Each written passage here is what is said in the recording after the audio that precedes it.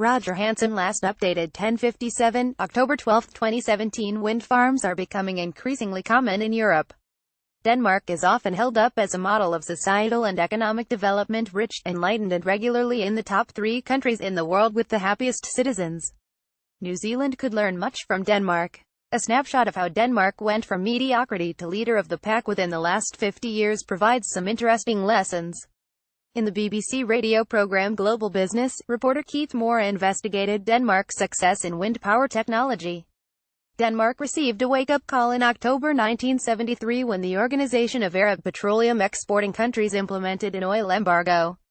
Read more. Roger HANSON dams and the water conflicts they could bring. Roger HANSON exploring the Alpine Fault. Roger HANSON whatever happened to the ozone hole. Roger HANSON everything you need to know about flax in Denmark. As in many oil-consuming countries, this resulted in immediate fuel rationing which hit particularly hard, and the Danes quickly realized the era of cheap fuel was over.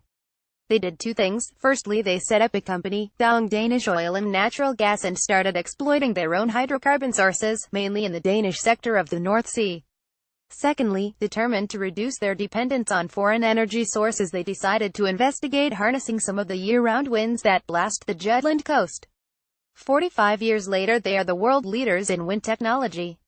In 2016, 42% of the electricity grid in Denmark was supplied by wind power, that is streets ahead of any other country. Second is Spain with 20%. The EU average is 12%, the world average is 3.7%, and in New Zealand it is a rather lowly 7%.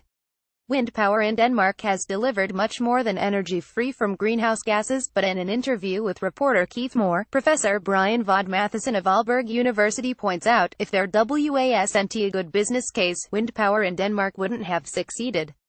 As it turned out, wind power was a spectacular commercial success.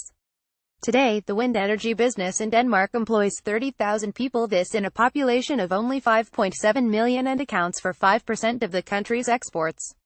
One of the biggest wind turbine manufacturers in Denmark, Vestas, was manufacturing household appliances in the 1940s. In 1950 they switched to making agricultural machinery.